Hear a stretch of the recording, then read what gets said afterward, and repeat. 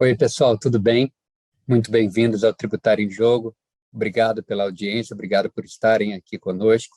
Nossa ideia, como sempre, é trocar aqui uma conversa com você, tentar colocar alguns pontos de vista e sempre aguardar que você também traga alguma questão interessante para agregar a gente, para a gente tentar entregar o melhor material aí para vocês e a gente consiga alcançar uma maturidade que nos leve adiante. Então, estive conversando há pouco tempo com alguns colegas, advogados até bem mais experientes, sobre a questão relacionada a qual seria a ação adequada para tentar a economia tributária relativa à anterioridade anual para o decreto 11.321, que foi revogado pelo 11.374, relativo àquele desconto de 50% que foi dado para o adicional ao frete para renovação da Marinha Mercante, chamado AFRMM. Tá certo? O decreto 11.321, de 30 de dezembro de 2022, ele concedeu um desconto de 50% nessa CID, né, que é o AFRMM. E aí veio o decreto 11.374, de 2 de janeiro de 2023, e revogou o decreto de 2022. A partir disso, surgiram diversas teorias, segundo as quais seria possível dizer que essa revogação só poderia operar os seus devidos efeitos lá em 2024, porque a revogação de um benefício fiscal equivale à retomada de cobrança daquele tributo. E, quando a gente trata de cobrança de tributo, a gente tem que obedecer, claro, guardada a verificação de acerca de qual tributo estamos falando, verificar a aplicabilidade das regras de anterioridade e adaptar a regra de anterioridade ao referido tributo. No caso de uma CID, a gente tem que observar a anterioridade anual. Só que aí começa uma segunda conversa, né?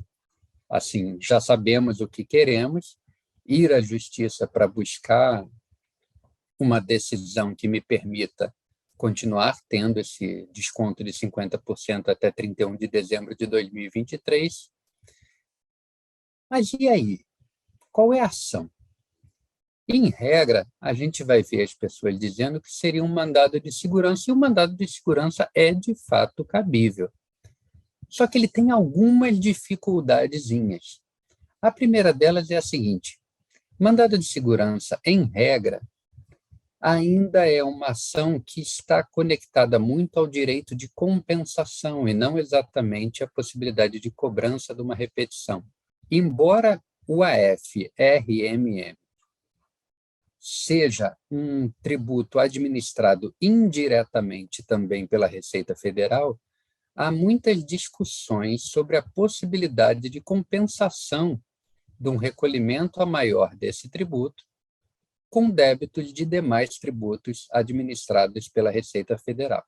Além disso, a dificuldade do mandado de segurança é que a gente precisa especificar no polo passivo do mandado de segurança todas as autoridades que fariam essa cobrança. E a gente verifica que o AFRMM ele é cobrado dependendo exatamente da autoridade portuária do local do frete. E se você precisar, se você for uma empresa grande, se você trabalhar em diversos portos, você vai ter que estabelecer uma grande quantidade de autoridades no polo passivo para viabilizar que esse teu mandado de segurança consiga pegar toda a coletividade de autoridades necessária para você, de fato, ter uma decisão judicial que seja eficiente, que seja efetiva, que permita que você tenha esse desconto de 50% em toda vez que você contratar frete aquaviário. O mandado de segurança é sempre também uma boa ação e pensada como tal, quando você não precisa produzir prova, e de fato não me parece ser esse o caso, a discussão aqui é realmente de direito, e também o mandado de segurança é atrativo na medida em que não tem a questão do ônus sucumbencial, né?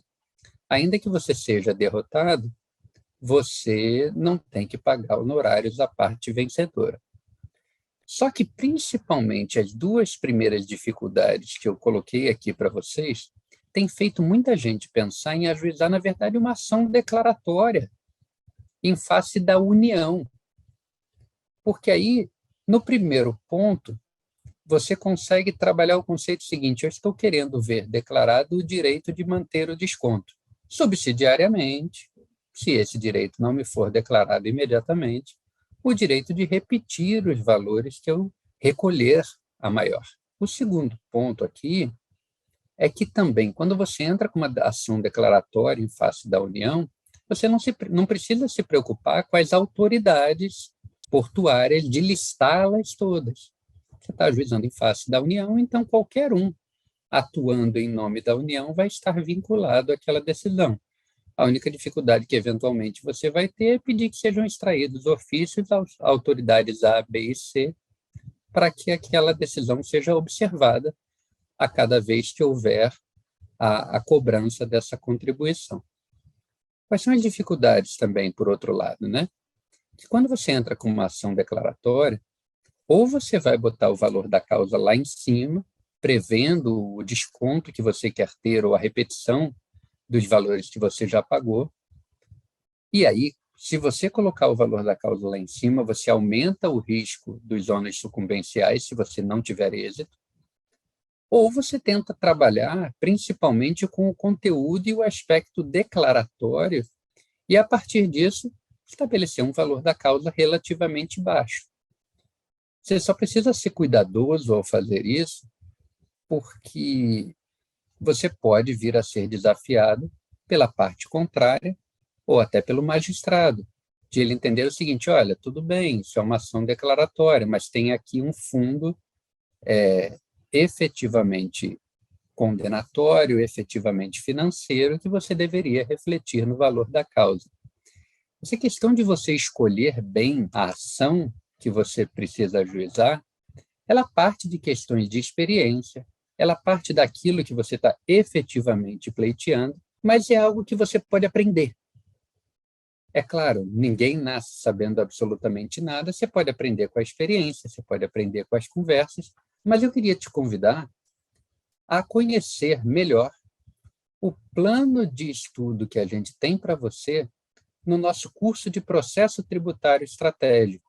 Você encontra no nosso site o programa, encontra informações sobre como se inscrever, quais são os valores, quais são as aulas previstas, e eu acho que é algo que pode enriquecer muito na sua contribuição quando você estiver numa discussão dessa natureza.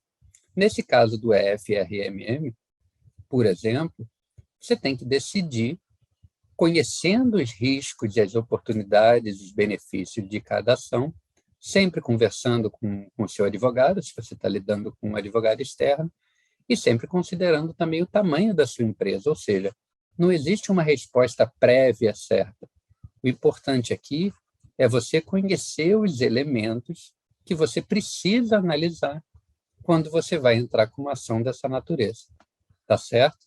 Então, fica aqui o convite para você conhecer, ter esse ganho de experiência, conhecer o nosso curso do Processo Tributário Estratégico, porque eu acho que pode enriquecer demais na sua cultura geral e fazer com que você dê passos adiante no seu amadurecimento como advogado.